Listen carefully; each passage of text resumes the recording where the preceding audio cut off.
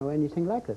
Hardly is it cheaper when you think that Kennedy used his CIA to escalate the war in Vietnam, and we lost 60,000 men for a worthless adventure. So I would say that was very, very expensive, and you would have to defend that. But I don't have to defend it, forgive me, and your point is totally lacking in logic. You are saying something is wrong if a particular instance didn't succeed. It's like saying medicine is wrong because you didn't save this patient. Or marriages are wrong because you married the wrong woman. Right. But I prefer to say medicine.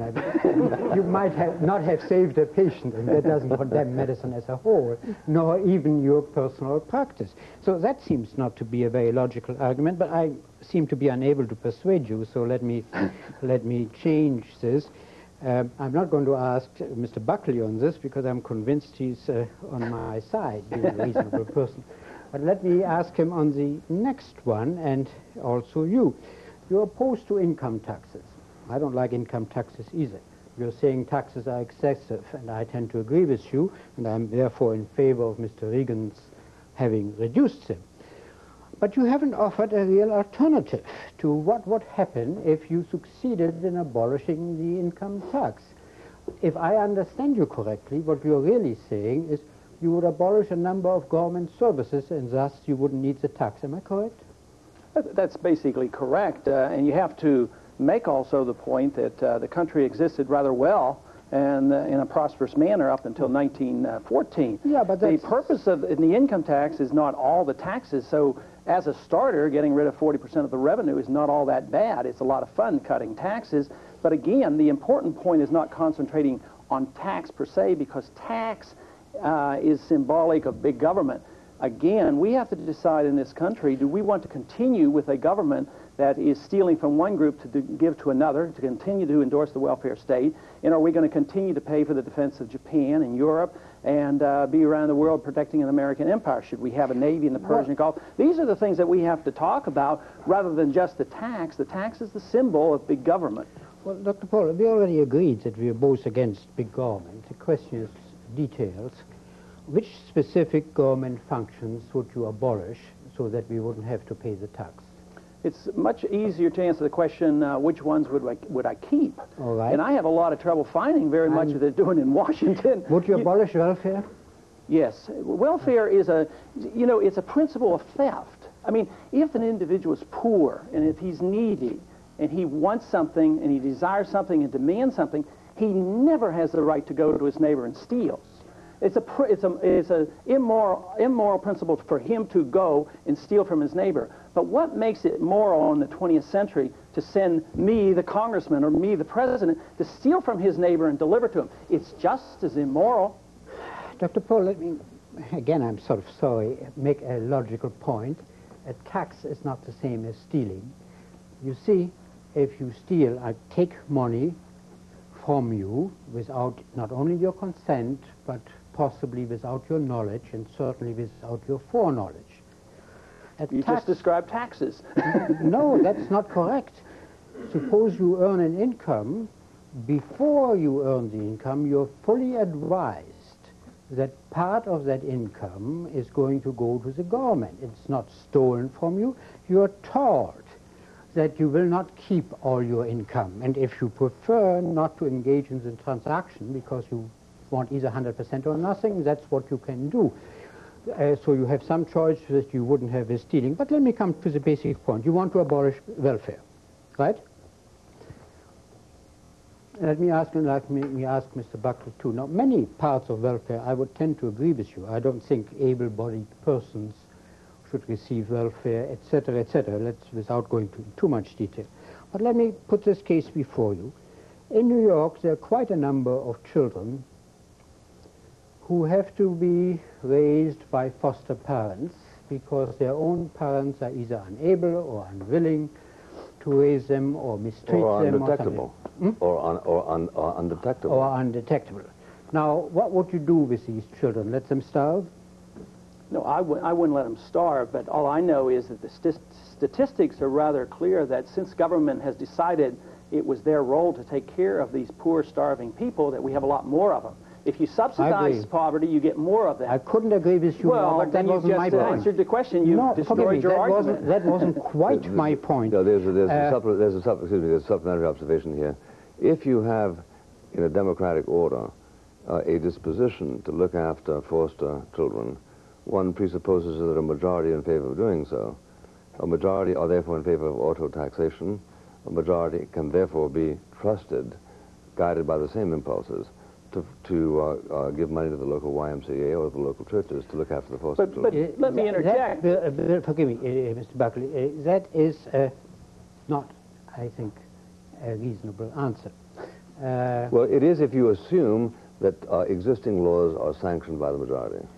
Not quite, because you see, if I give money to the YMCA, etc., without assurance that you will give an about equal amount of money or proportionate to your income as I do, then I will feel after a while, why should I pay when Bill Buckley doesn't pay, Well, and I will stop doing it. Huh? Well, how do you account for the existence of philanthropy? Well, there is. Which runs at a higher figure in America than anywhere else in the world. Absolutely, we are very generous people, but certainly would not suffice, even under present circumstances where you get tax deductions for philanthropy, etc. Well, you can't prove that. It would not suffice for all the notion the notion that an American will permit a foster child to starve because he finds out that the man across the street is not contributing to the same basket on Sundays is simply not provable. It is provable, forgive me, because historically that is what did happen before we had welfare.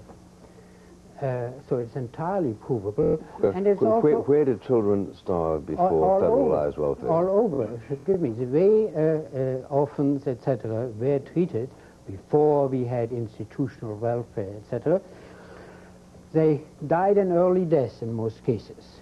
In some cases, depending on local arrangements, there were orphan asylums, etc., and they were cared for even better than they are today. But in many cases... Well, you're making a historical observation. You're talking about an age which also counted slavery. Well, but forgive me, you're asking me to prove it. How can I prove it except by saying when it didn't exist? Prove it in context of today's advertised ethical obligation. Yeah. All you have to do is put them on 60 Minutes once, and the kind of money is right. Look at the amount of money that was raised voluntarily for people who were starving in Ethiopia. That wasn't government money, but something on the order of $150 million was raised in 10 days. Right.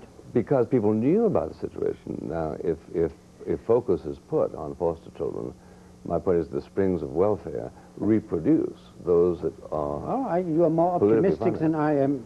I'm not, because you see, you're now comparing a sudden thing as Ethiopia with what would remain a constant and permanent obligation because these orphans will be born all the time. And I do not think that you can count on people constantly saying, okay, I give that amount when my neighbor refuses to give anything. In time, people will feel, well, this is unequal, etc. If I am providing for those in need, others should provide too, and you would in effect then have a tax But that's again. preposterous. All the churches and schools that were built by private funds during the turn of the century, there wasn't, under the Mormons there was tithing, but there wasn't tithing outside the Mormon community. Some people contributed nickels and dimes to the local church, the local parochial school, and others didn't.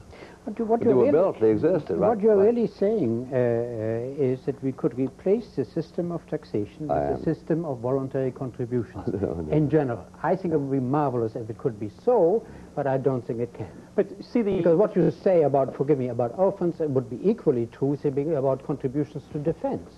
The form of your question implies that if you didn't endorse your welfare state and this government program of taking care of everybody, which you concede, the more you take care of them, the more you get, you imply that anything else is less compassionate. I happen to be a libertarian because of the compassionate nature of the results. I happen to believe that the most prosperous society comes from a libertarian society where people are free to produce at the maximum amount, and that you will have the least amount of poverty and you will have the greatest amount of charity. No, it's not going to be a utopian, it's not going to be perfect, but it's much better than a system that you endorse where you say the government needs to go in and take care of these people and they need to tax and destroy the system that we have.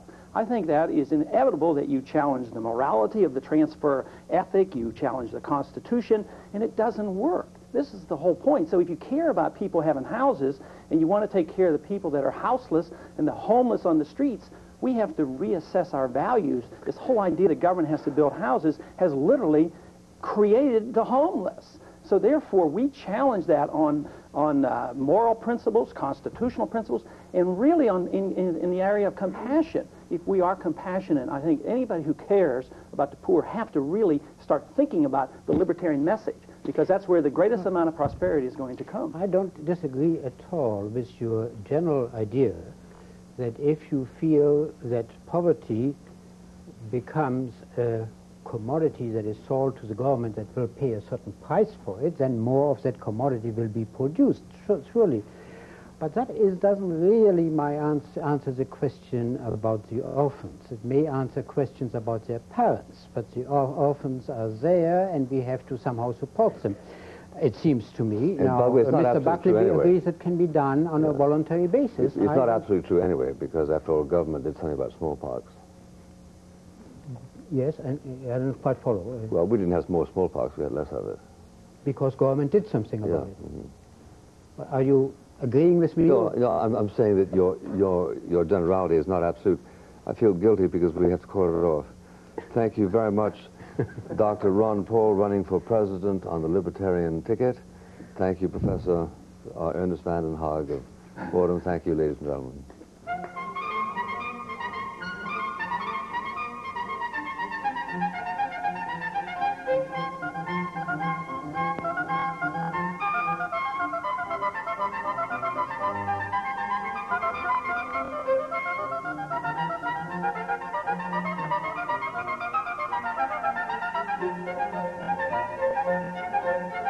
Firing line will not be seen for